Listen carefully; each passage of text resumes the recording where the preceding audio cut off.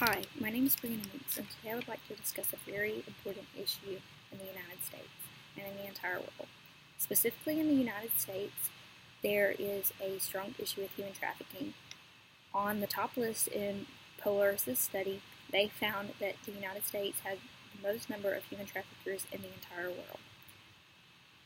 93% of human trafficking is domestic human trafficking used for labor, and comes from domestic workers.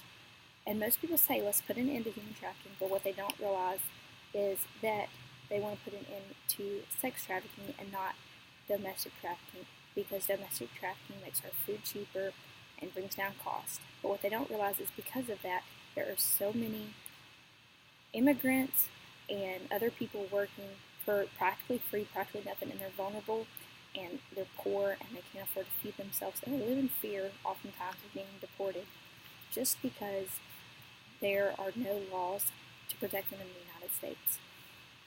Oftentimes, a lot of the domestic workers that work in the United States are excluded from the laws, and that is the whole purpose of this video today, is to bring awareness and to advocate you to make the right decision and to stand up against human trafficking in the United States.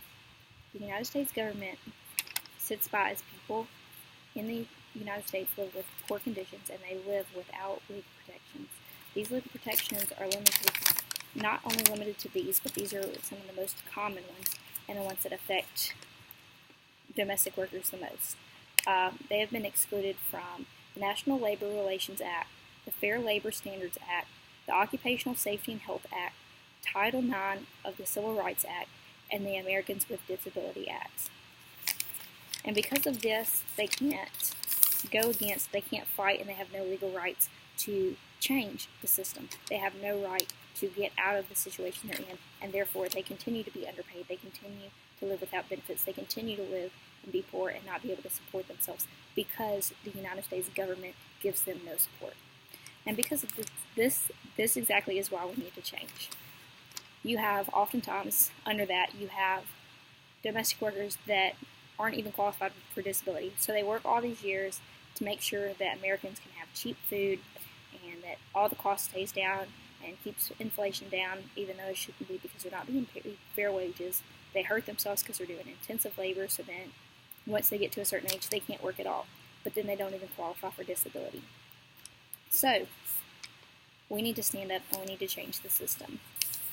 Because whether you know it or not, there are 403,000 people living in modern day slavery, and 93% of them are domestic workers. Domestic workers are people that were underpaid and are basically living as slaves. They get fed and they get housing, which is poor housing and bare minimum food, in exchange for work.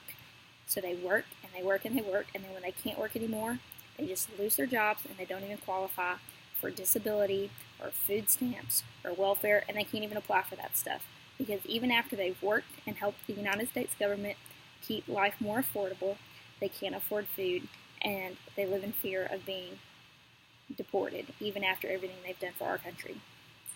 So come with me today and help by visiting polarisproject.org and help in human trafficking by pairing with them to change our government. On their page, they have a direct link where you can click it, and it'll take you straight to the Secretary of Labor, and you can file a complaint and get our government more focused on ending not only human trafficking as it relates to sex trafficking, but also human trafficking as it relates to domestic labor, because those are the people that need us most. Thank you.